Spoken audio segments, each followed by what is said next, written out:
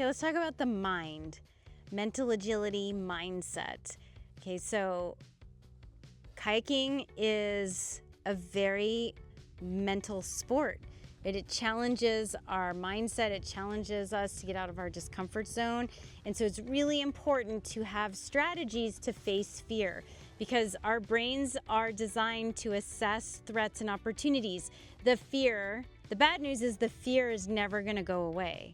The good news is you can practice strategies that help you face your fear, face your discomfort zone, and move through it. Get courageous, which means being scared and doing it anyway. Okay, so one of these strategies is fact versus story. Okay, so when you look at the facts and then separate the facts from the story that you're telling yourself about what happened. Right, so if I take a swim, right, the facts are I flipped over, I missed my roll, I pulled my skirt, I swam, I got to shore, my friends helped me get my equipment to shore.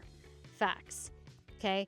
The story that I might be telling myself is I'm a sucky kayaker, no one will want to kayak with me, I'm so embarrassed, maybe I shouldn't be out here, blah, blah, blah. It goes on and on.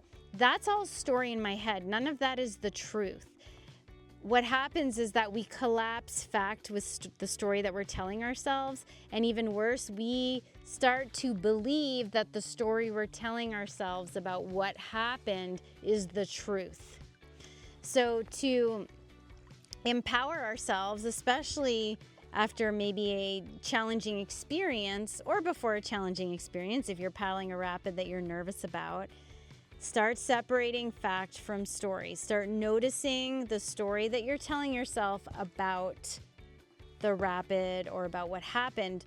For instance, you could be standing beside someone and you might be nervous creating a story of this rapid is so scary, it's dangerous, and the person beside you might say, oh wow, look at that line, it looks so fun, I totally see where I could do this cool move and it's gonna be great, right? There's no right or wrong. It depends on who's looking at it and the story that they're telling themselves.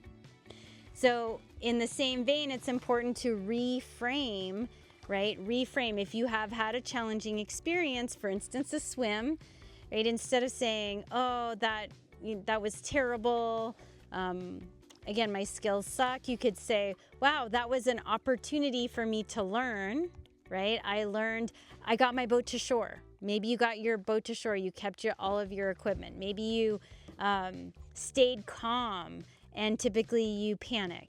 And so, oh, that was an opportunity for me to stay calm. That was an opportunity for me to learn.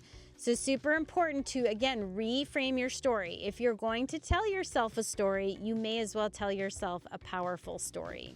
Thanks for watching. If you found this video helpful, go ahead and hit the subscribe button and leave a comment. I'd love to hear how you're applying this to build confidence on and off the water.